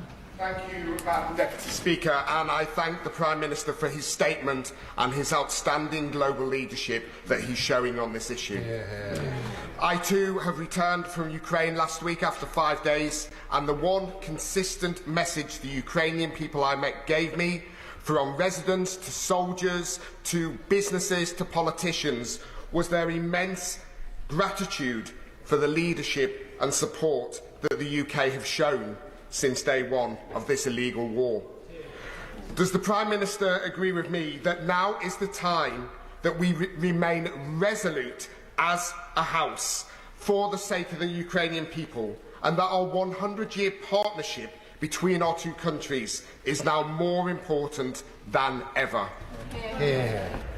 The 100-year partnership signals the depth of our relationship. I too have heard those thanks for leadership, and I think it's right that I pay tribute to the party opposite for the leadership that they showed from the very beginning of this conflict, which I was able to follow as leader of the opposition. George Freeman. Thank you, Madam Deputy Speaker. Could I add my voice to those congratulating the Prime Minister on the way he's conducted the last week and the policy, which I think enjoys, if not unanimous, largely unanimous support in this House. I gently point out to the member for Clacton, our enemies watch this chamber, and speaking with one voice is very important, and I congratulate also the Leader of the Opposition. Does he agree with me that as well as willing the means, the ends, we need to will the means? And could I ask gently at what point he thinks, the Prime Minister thinks he'll be bringing forward a business plan, a proposal for how we fund what is likely to be 50, 60, possibly more, 70 billion over the next 5 to 10 years, so that our threat, our military threat, is credible, serious, and something we can actually afford? As soon as we've got any details around plans, I will bring them to the House with the details so they can be fully discussed, because this needs to be not just a short-term response, but a much longer-term assessment of how we ensure that Europe is kept safe and secure. Jacob Collier. Deputy Speaker, can I thank the Prime Minister for his continued leadership on the world stage? And these past few days I've felt particularly proud to be British, so can I thank him for that? The government is rightly already using frozen Russian assets to fund Ukraine's defence and reconstruction, but can I ask the Prime Minister what further actions are being considered to ensure that Russia pays the full financial cost of its illegal invasion? Well, Russia's already paying the cost through the interest. We need to look at whether we can go further on that, but it is complicated and we have to act with others, and I'll see what progress we can make and let the House know if there is progress. Lee Dillon. Thank you, Madam Deputy Speaker. I too had the honour of being in Ukraine for the 3rd anniversary, and as other honourable members have said, whether it was communities, military personnel or Ukrainian politicians, the gratitude expressed to our nation to stand strong with the Ukrainians was clear to see. Before going to Ukraine, I held a round table in my constituency of Newbury, and Ukrainians who are here, Prime Minister, are clear on the thankfulness for being given safety, but also the need for the visa schemes to be amended so that children can finish their education and that they can meaningfully secure employment without having time-limited visas. So will the government review that to make sure that we stand with Ukrainians here in the UK as well as those in their home country? Well, we'll take the points you make into consideration. Obviously, the immediate situation confronting us is the question of how we settle the peace, but he's right to raise these other concerns. James Frith. Thank you, Madam Deputy Speaker. Can I add my voice to those around the country that have said how proud they are of our British Prime Minister and indeed how proud they are to be British. He has led from the front, and I hope very much in the years, months and the weeks to come, I should say, that he will hold that in mind and strengthen his resolve as we move forward. He has already made reference to one of the priorities that Stefan Harhe, the chair of Berry's Ukrainian Association, raised with me on the release of the 20,000 children who have been kidnapped, forcibly removed and forcibly placed into Russia. Will he commit to getting their release and updating the House on a frequent basis as to our achievements to this end? Thank you. Yes, of course, it's a really important issue and it shouldn't be overlooked as we discuss the very many issues here. This is a moral outrage, and I think I speak for the whole House in saying that. Graham Stewart. Thank you, Madam Deputy Speaker. May I too congratulate the Prime Minister on his composure and leadership. But as his honourable friend, the member for Widnes and Halewood, said, we've got to ensure that we have the resources in place to tackle this. The whole of Western Europe is in the same position of being in a difficult financial position and a demographic position. So will he look again at finding the means to deliver our promises, because his leadership and his rhetoric has been fantastic. But going forward, we're going to need the hard power to back it up.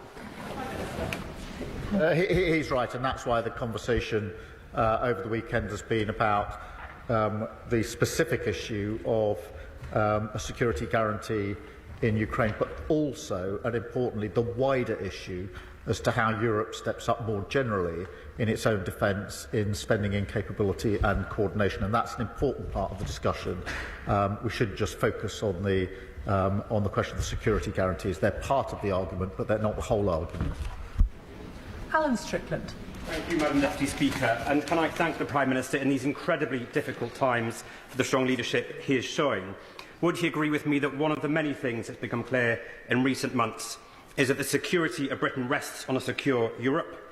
A secure Europe relies on peace in Ukraine, and peace in Ukraine requires a unified stance against Russian aggression. So would the Prime Minister agree that as free peoples in the UK, Europe, America and our allies, we must stand firm, we must stand together, we must show that democracy will be defended and tyranny will not be tolerated? Prime Minister. Well, I agree with all of that, and I think the House agrees with it too. Jim Allister. Madam Deputy Speaker, can I note with great appreciation the order for Thalas in Belfast? Yes. With Europe collectively being a long way short of self-sufficiency in defence, and with Putin more than likely to seek to exploit that deficiency, do the security guarantees that are required from the US effectively equate to those that would arise under Article 5 of NATO? Is that the order of what we're talking about? Prime Minister. Look, NATO membership is a form of guarantee. Article 5 is a form of guarantee. I think there are different ways in which the guarantee can be put in place, but what is important is that they are effective and that those in Europe that are leading on this do it in conjunction with the US, so that Putin knows the severe risk that he takes if he breaches any deal that may be arrived at.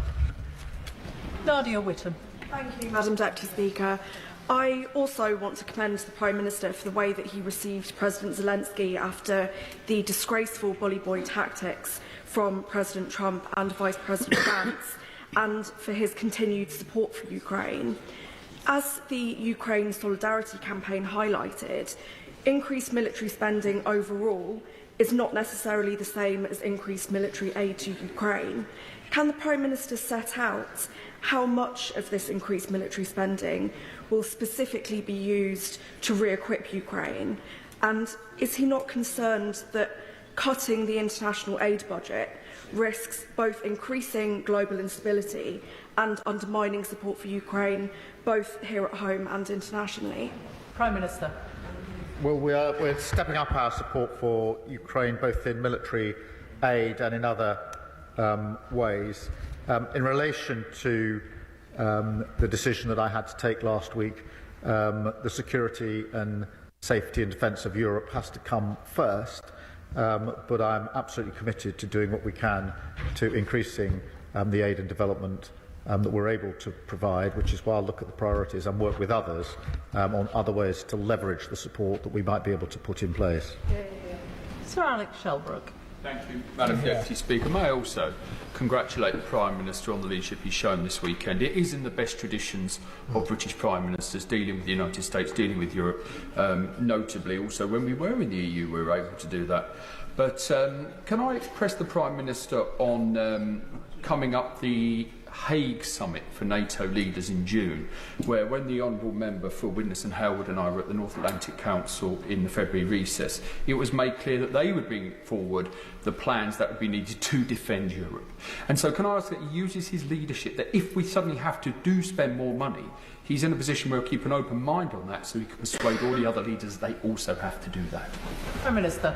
Well, I thank him for that, and one of the principles I've held in mind over recent days in particular is making sure that what we do is coordinated with NATO, as it must be. We are deployed in different countries, as he knows, already, and that's why I'm in such close contact with the Secretary-General, Mark Rutte, on a near constant basis.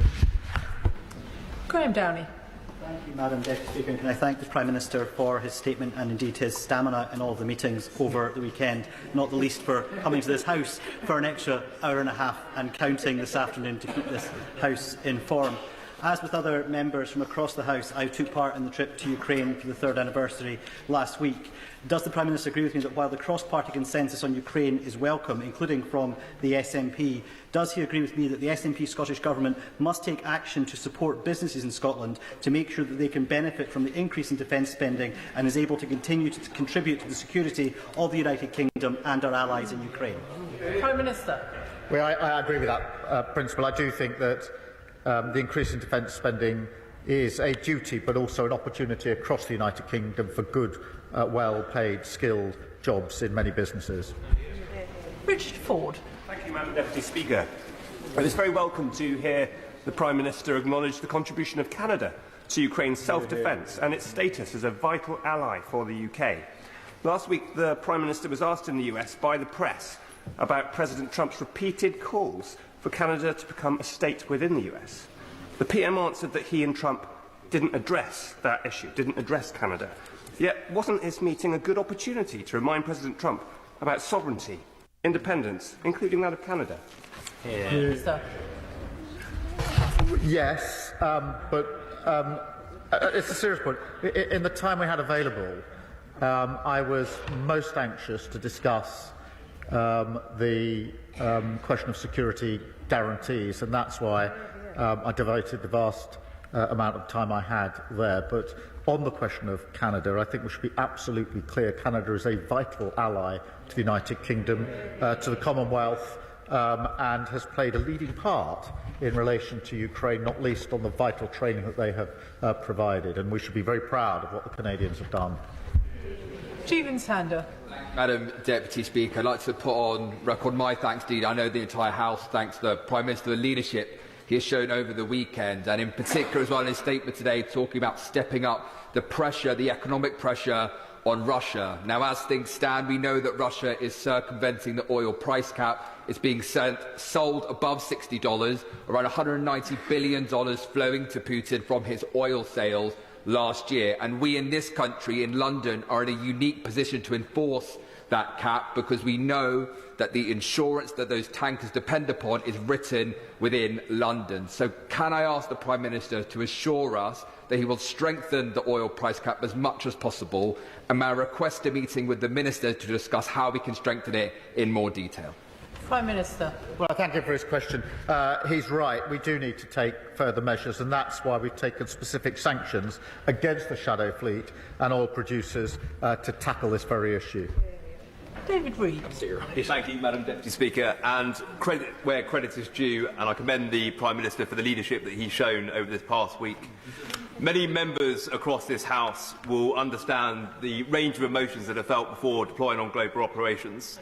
So would the Prime Minister please give a message to our brave men and women from across our armed forces that are mentally preparing to deploy to Ukraine?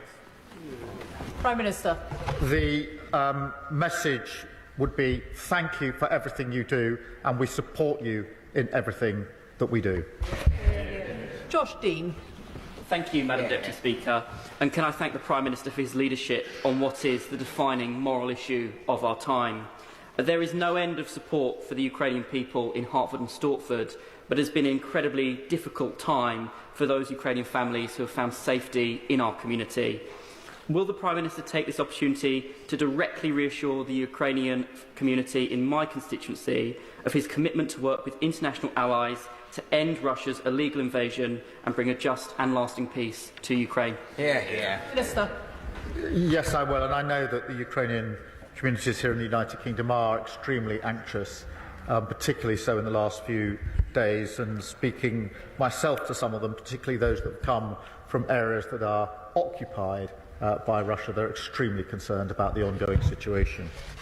Lisa Smart. Thank you very much, Madam Deputy Speaker. I very much agree with the Prime Minister's remarks about the steadfast support for Ukraine across the United Kingdom. And if my inbox over the weekend is anything to go by, my Hazel Grove constituents agree with me too. I also agreed with the comments from the Foreign Secretary last week about the need to move from freezing to seizing Russian assets, the principle, not just the interest. The Prime Minister remarked that this was a complicated issue, and anybody sensible would absolutely agree with him. What efforts is he taking with ministerial colleagues and others to simplify this issue so that we can strengthen the hand of our brave Ukrainian allies? Prime Minister. Well, we are doing what we can. I think this it's not just something within the UK. Frankly, it's something that came up yesterday in the discussions. If there is any possibility of going further, and I don't know whether there is, then it's going to have to be done with other countries at the same time. I don't want to get ahead of myself because it may simply be too complicated and too risky, but certainly there's an appetite now to look more closely at the possibilities of looking at these assets. John Slinger.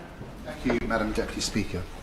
At the weekend, a Ukrainian constituent said to me, "As the bombs fell on my city last night, one thing remains unchanged.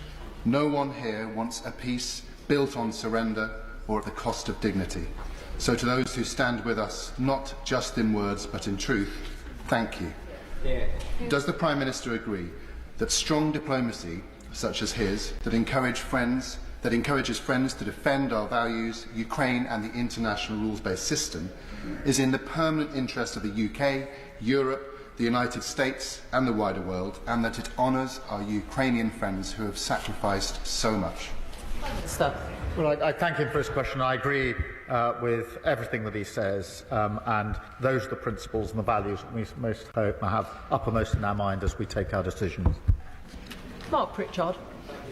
Speaker, can I commend the Prime Minister for his ongoing support for Ukraine, and indeed the Defence Secretary and the Foreign Secretary, and indeed the leadership the Prime Minister has shown over the last few days.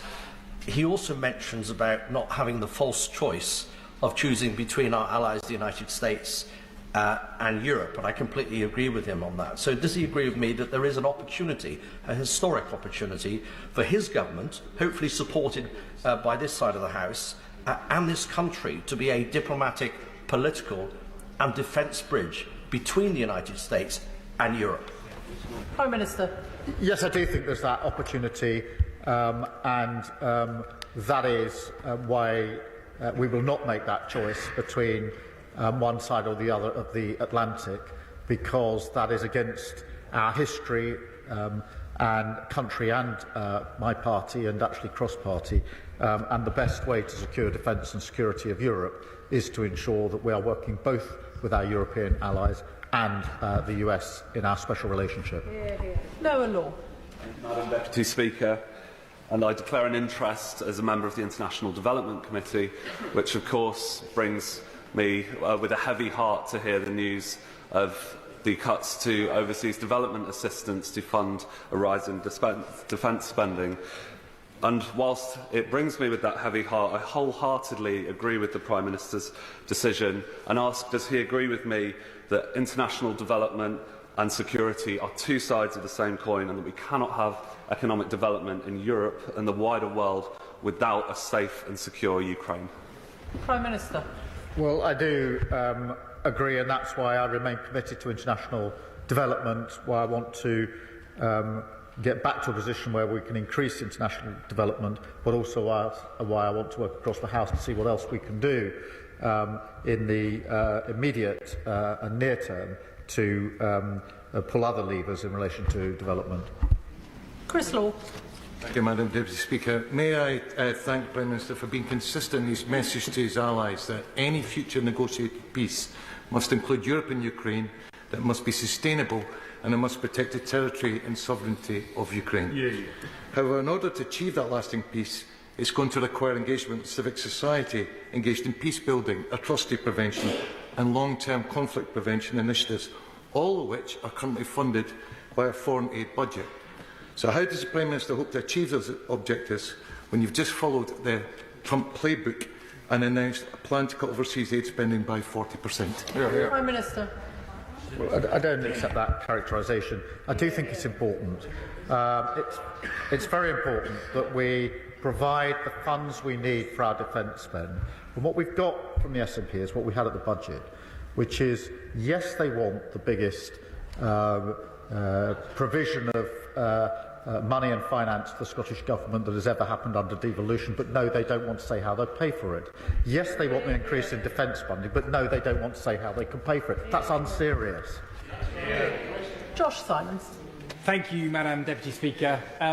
In recent months, the party opposite, who apparently lack the stamina that the Prime Minister displayed over the weekend, have confidently and repeatedly pronounced to the Prime Minister what the United States President will and won't do, all of which has turned out to be bluff and bluster.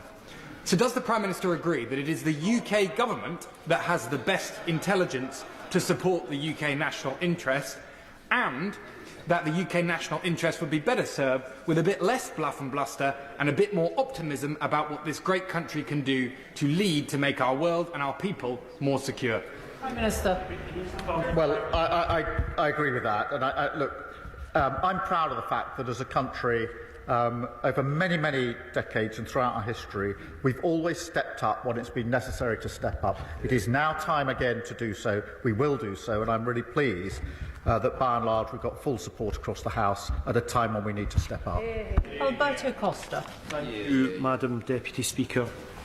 Over the last few days, the Prime Minister has really risen to the challenge, and it's right that most in this House have this afternoon commended him for being a statesman. In his statement, he said that the lasting peace must guarantee the sovereignty and security of Ukraine. Is this the Ukraine of pre-2014? Is it the Ukraine of pre-2022? Or is it the Ukraine currently under occupation from Russia? It's really important that our European allies and America, as well as Ukraine, send the right message to China, who will be looking at this very carefully. If they think that they can brutally invade Taiwan and secure a piece of territory there under some future security deal, that will not be good for anyone in the West. Will the Prime Minister bear that in mind? Prime Minister. Well, he makes a very good point in relation to those around the world that will be looking in and observing the way in which we deal with Russia and deal with the risks from Russia, but it only underlines that any discussion about Ukraine must be done with Ukraine at the table, not by others. Dave Robertson. Thank you, Madam Deputy Speaker. It's clear that Russian aggression is making our continent less safe. And I think what we've seen in the last week is this House, largely, but this government particularly, and absolutely this Prime Minister rising to that challenge. Can I ask my right honourable friend what steps he's going to take to ensure that our European allies also rise to that challenge and commit to spending 2.5% of their GDPs on defence? Prime Minister. We're working together to do what we can to ensure that all of our colleagues rise to this particular challenge. That is to do with capability, spending and coordination, and that's amongst the things we've been discussing quite intensively over this weekend. Luke Evans. The difference between decent and deceit may only be one letter, but it's the gap. The gap defines a man's character, and after what we saw on Friday, whatever the context of that meeting, when the Prime Minister next speaks to President Trump, will you remind him of this and make sure that decency is at the centre of any of those negotiations? Prime Minister. My absolute focus, I mean, look, nobody wanted to see what we saw on Friday. I don't think there's any dissent to that. But it is important that we pragmatically work forward to what matters most, which is lasting peace in Europe, and that is what conditions the approach that I've taken to this throughout the last few days. Andrew Lewin. Thank you, Madam Deputy Speaker. I want to thank the Prime Minister for his leadership and particularly the difficult but decisive decision to have that immediate increase in defence spending. But he said earlier from the dispatch box that the tough choices were not done, and he's absolutely right. And with a view to the future, I wonder if he's able to say a little bit more about this idea of a rearmament bank, and whether, whilst I appreciate this is only at conceptual stage, it's something that we could do together with our European allies, but also our friends in the Commonwealth as well. Minister. Look, I do think we should look at all options, and I think this is one of the options that should be taken very seriously, and that is what we're doing. It is important. Ben Maguire. Thank you, Madam Deputy Speaker. I commend the Prime Minister's efforts to galvanise Europe and make it clear Ukraine's security is Europe's security. Given President Trump's reluctance to support Ukraine, isn't it time the government brings forward emergency legislation to seize Russian assets, which can directly support the defence of Ukraine and its people? Minister. I think he's heard my answer on this. We are looking at what can be done, but it's complicated and it's got to be done if it's to be done with others. James Naish. Thank you, Madam Deputy Speaker. I spoke to dozens of people on the doorstep over the weekend who welcomed the significant steps that the Prime Minister has taken to protect Europe's borders and genuinely value his leadership on this extremely important matter, so I thank him on my constituents' behalf. The Prime Minister will be aware that over the past week, Russia has launched over 1,000 attack drones, nearly 1,300 aerial bombs and more than 20 missiles at Ukraine. Population centres continue to be targeted with the aim of killing Ukrainian civilians. Would he agree that strengthening Ukrainian air defences is pivotal, and welcome Lithuania's announcement last week that it will soon hand over RBS-70 short-range air defence systems to Ukraine? Prime Minister. Well, he makes a good point, and we should not lose sight of the fact that whilst we're discussing security guarantees and the like, Russia has been unrelenting in its attack on civilians, ramping it up whilst we talk of how to resolve this issue, and of course we should do everything we can to assist them with their air defences. Dr. Kieran Mullen. Mr. Speaker, the Prime Minister will know that one of the challenges is American voices that suggest their focus should be on China and not Europe. I think a victory for Russia would also be a victory for China. But at a time when we're asking America to focus on our strategic interests, we should be willing to demonstrate our commitment to theirs. So in that regard, could he reconfirm his commitment to AUKUS and update the House on progress in that regard? Prime Minister. Well, let me recommit to AUKUS and our strong support for AUKUS, and the point he makes is absolutely right, that China is watching very carefully what is happening in Russia, and we should always bear that in mind.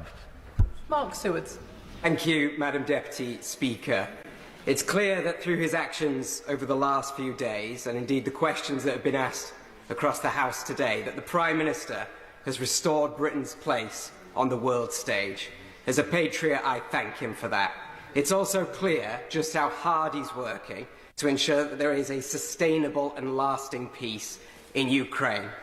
Now, I still find myself speaking to individuals, and I believe they are a minority, who question why we are still sending money to Ukraine. Why isn't this money being spent on Britain? Please can the Prime Minister say what he would tell them, why it's in Britain's direct national interest to ensure Ukraine wins this peace from a position of strength. Prime Minister. Well, he makes a very good point. It is in our national interest because insecurity and conflict in Europe always washes up on our shore. It has already done that. The cost of living crisis is far worse because of the conflict in Ukraine. Oil prices, energy prices have gone through the roof in the last few years because of the conflict in Ukraine. Working people in Britain are already paying the price, and there will be an even bigger price if we do not have a sustained and lasting peace in Ukraine. This is about Ukraine's sovereignty, of course it is, but it is also about the safety and security of Europe and the safety and security of our country. That's why it's in our national interest for us to take the steps that we're taking. Neil Shastri-Hurst. Thank you very much, Madam Deputy Speaker, and may I join others in commending the Prime Minister for his diplomatic leadership over the last few days. Can the Prime Minister set out what steps he is taking to discourage third nations from providing hardware that the Russian military can then use to prosecute their illegal war? Prime Minister. He makes a very good point, and we're doing everything we can and bearing down on those third parties that are providing support in whatever form to Russia, and will continue to do so. Clive Jones. Thank you, Madam Deputy Speaker. I commend the Prime Minister's efforts in making sure that Europe continues to support the defence of Ukraine. The United States, however, have changed the conversation on Ukraine by appearing to put Russia first. The United States Defence Secretary now claims Russia is not a significant cybersecurity threat to the US anymore. Elon Musk is publicly calling for the US to leave NATO, and the US Vice President is an effective mouthpiece for Vladimir Putin in the Oval Office. Considering all of this, does the Prime Minister think that ourselves and our European and our Commonwealth allies can keep President Trump on board until a fair settlement for all of the people of Ukraine is achieved? I've had extensive discussions with President Trump, and I believe him to be completely sincere in his desire for lasting peace in Ukraine. He's sincere about that, he's right about that, and that's why we will work with him to do everything we can to bring about that lasting peace. Bradley Thomas. Thank you, Madam Deputy Speaker. I too would like to commend the Prime Minister for his international leadership in promoting a long-lasting and durable peace in Ukraine. I'm pleased that the Prime Minister has reconfirmed the government's commitment to ensuring that sanctions on Russia are not lifted in the event of a ceasefire. But all of us know that there's a vehement determination on the part of Putin to protect his regime and Russian interests. In light of that, does the Prime Minister agree with me that it's critical that the government takes every action it can with international partners to ensure that Russia cannot circumvent international sanctions via its shadow fleet? Prime Minister. Well, he's absolutely right about that, because, and that's why we need to bear down on the shadow fleet. We are doing that through sanctions, and we're working with other countries to ensure that they do the same, because it's a vital part of the work that we need to do. Jeremy Corbyn. Thank you, Madam Deputy Speaker. I'd like to ask the Prime Minister this. We all want to see an end to this ghastly conflict in Ukraine. We all want to see an end to the loss of so much innocent civilian life, as well as, of course, the deaths of soldiers of all sides. Can I take him back to the answer he gave to the member for Leeds East earlier? Under what circumstances does he envisage British troops being deployed in Ukraine? In what circumstances does he envisage them taking part in fighting activity against a belligerent? And will he guarantee that any such decision will come to the House before any such decision is taken? Well, I thank him for his question. There's one person that doesn't want lasting peace in Ukraine, and that's Putin. And that we have to hold centrally in mind. And that is why we need security guarantees in place, because Putin's ambitions show that if there is a deal, he won't keep it unless the security guarantees in place. So the guarantees are the guarantees, not of conflict, but of peace, which is, I think, what everybody in this House wants, including the Right Honourable Member. Of course, it's right that this House should have details of discussion of any security guarantees and the right to express its view, and I'll ensure that that happens. Nick Timothy. Thank you, Madam Deputy Speaker. Earlier, the Prime Minister said Russia is a menace in our waters and in our skies, and this is obviously correct. Can he tell us which individual minister has overall responsibility for the security of our offshore infrastructure, such as wind farms in the North Sea? And given the vital importance of military tech and hardware, will you join me in condemning the idiotic divestment campaigns that seek to undermine our domestic defence manufacturing industries? Prime Minister. The security of our infrastructure, wherever it is, but including underwater, is the responsibility of the whole government. But most of all, it is my responsibility as Prime Minister to ensure the safety and security of our country and the threats to our country. They come in many forms, and I take that responsibility extremely seriously. Chris Coughlin. Thank you, Madam Deputy Speaker. US security guarantees for any peace agreement in Ukraine are, of course, highly desirable, but given that the US Defence Secretary appeared to explicitly rule them out, we must, of course, consider other scenarios, and they should not be a showstopper. With that in mind, European NATO GDP alone is 10 times the size of Russia, yet Russia spends $40 billion more annually on the war in Ukraine than Ukraine and her Western allies. So does the Prime Minister agree with me that if we were to close and exceed that gap today, perhaps by seizing the $300 billion in frozen Russian assets to do it, Ukraine would have a credible path to victory and a just peace? Prime Minister. On the question of security guarantees, it is important that the US and the UK teams are working together on this, and I take comfort from that and concentrate on that. I don't think that's highly desirable. I think it's essential, and that we should be putting everything into ensuring that that's the way that we move forward. On the question of the assets, he's heard my answer. I understand why he asks it, but it is a complicated question. Ben Obsijekti. Thank you, Madam Deputy Speaker. I too thank the Prime Minister for his support to President Zelensky yesterday, following the circus that was his meeting with President Trump and Vice President Vance in the Oval Office. But following the Prime Minister's discussions with President Trump last Thursday, can the Prime Minister provide assurance regarding the ongoing presence in this country of the USAFE at current levels, and give reassurance that the US's £500 million DIO investment in the European Infrastructure Consolidations Project's new Joint Intelligence Analysis Complex, RAF Molesworth, also the home of the NATO Intelligence Fusion Centre, will not be put in jeopardy given the change in European posture of the new US administration? Prime Minister. I'm absolutely clear that President Trump and I want to strengthen the relationship between our countries. We've spoken openly about it. We are very close on defence and security. We both know that, and we both want to strengthen that alliance, and that is a good thing for both the United States and the United Kingdom. Robin Swan. Thank you very much, Madam Deputy Speaker, and can I thank the Prime Minister for his leadership over the weekend. In a statement, he talks about UK jobs, UK skills, UK finance pulling together for our national interest. So can also welcome the announcement of the £1.6 billion investment in Thales and Belfast in regards to the procurement of those 5,000 air defence missiles, which will defend Ukraine, but will also defend our democracy. But while that investment in our private sector is welcome, can I just ask the Prime Minister also to remember to invest in our armed forces personnel, who we currently will require and who currently we need and want to support as we ask them to step forward into a very challenging time as well. And while there may be those making comment around the quantity, can the Prime Minister also remind others listening and watching that it's the quality of our armed forces that count? Prime Minister. Well, he's absolutely right about the quality of our armed forces, and we're all very proud of what they do in the vital defence of our country. And I'm very pleased that we've been able to progress with the deal in Belfast, so those jobs, well-paid jobs, will be there in Belfast, and of course the jobs in the supply chains that will then feed in to that contract.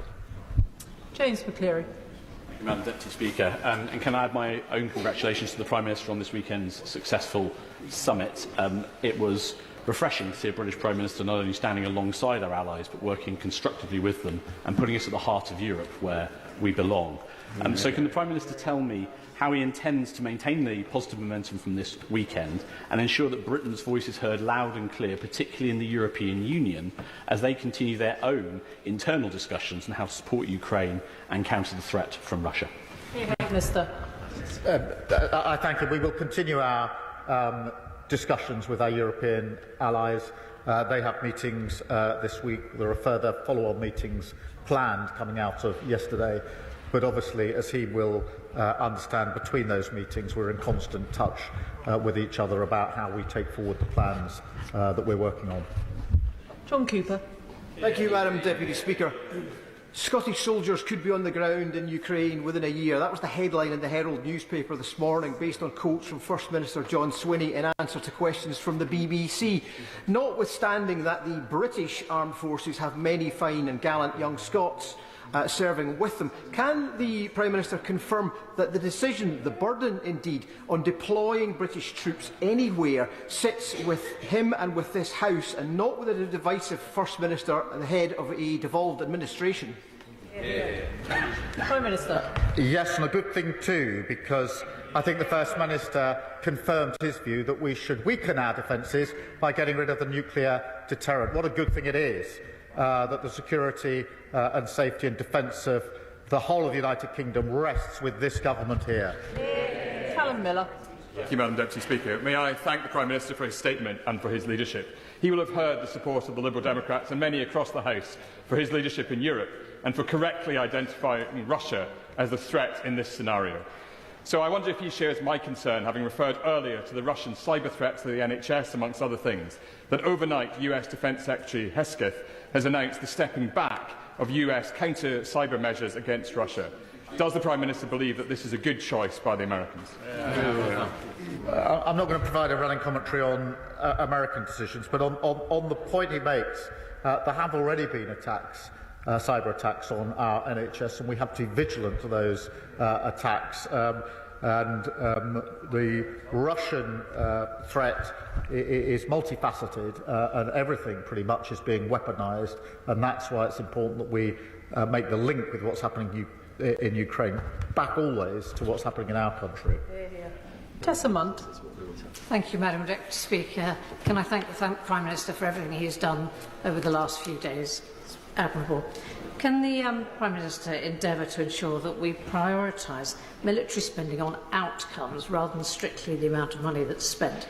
As the rush to avoid criticism of underspending very often means that cost effectiveness can be lost. And the budget from the defence and international aids should be viewed as a rolling average over several years rather than annually, so as to avoid the accounting gymnastics that might happen every March. Well, I thank her, and it is really important that as we spend more on defence, we make sure that we get value for the money that we're investing and the best capability, because she's right, it's the outcome in a sense that matters here, which is why the strategic review is going through the challenges that we face and the capabilities to make sure that they match up. But she's absolutely right about the need to make sure that there is value for money and we're getting the best we can in terms of the capability that we need. Andrew George. Mr. Speaker, I warmly congratulate the Prime Minister both for his actions and his leadership in recent days, and indeed his stamina here this afternoon. Apart from Putin's puppets, who scampered from this chamber more than an hour ago, the rest of this House knows fully well that support for Ukraine is essential to maintain a rules-based world order. The question that we are all wrestling with politically is how we pay for it. Now, he said in his statement that we're at a crossroads in history and this is a new era. Surely in these circumstances it is a moment when the Prime Minister and the Chancellor maybe need to look again at the straitjacket of their fiscal rules and start taxing the wealthiest in this country rather than building this essential, important investment in defence on the backs of the poorest. Well, I thank him for his question. I do think it's really important that we are able to fully fund the increase in defence spending. We're able to explain where the money is coming from straight away. We need certainty and security in our economy, and we shouldn't lose sight of the fact that if we lose security in our economy, all of our budgets will be affected by that, and we will all be a lot poorer for it, which is why we've taken the approach that we have. Fiscal rules are important. We will stick to them. But we will look with others at innovative ways of ensuring that we can raise the necessary money as we go forward. Final question, Jim Shannon. Thank you, Madam Deputy Speaker. I've definitely got the strongest legs in this chamber. I've been bobbing up and down here for about 3 hours. Anyway, can I thank the Prime Minister very much for his statement and his leadership. As you will know, Madam Deputy Speaker, and everyone will know in this House, I'm very proud to be British. And this weekend, the United Kingdom of Great Britain and Northern Ireland are very proud of our Prime Minister for his stance, and I welcome that. And I wish to convey that to him from my constituents and from everywhere and everyone I've spoken to. Whilst as a party we welcome the contract for £1.6 billion to supply thousands of advanced air defence missiles to Ukraine, announced by the Prime Minister yesterday, and on the front pages of the papers in Northern Ireland today, the deal will also secure 200 new jobs for Talis as well. The Honourable Member for East Belfast wishes to thank the Prime Minister as well. The majority of the people who work in Talis live in my constituency of Strangford, according to the Member for East Belfast. I'm very pleased with that, so this means extra work for my constituents and a few extra jobs. I welcome equally the very clear indication that we are standing firm in support of Ukraine as it battles against Russia. So will the Prime Minister please confirm that this support will seek to broker peace, but ensure that this is not until the right thing is done by the people of Ukraine, and this remains our foundational principle. Thank you. Prime Minister. Well, I thank him, and on the principles he's right, and I'm so pleased about the jobs in Northern Ireland. As for the bobbing, it was when I came here 10 years ago to see this sort of joint gym session that we go through in these debates, particularly long ones, is something to behold. But I suppose it does keep us all a bit fitter and a bit healthier, which has to be a good thing. Thank you. Can I thank the Prime Minister for his statement this afternoon?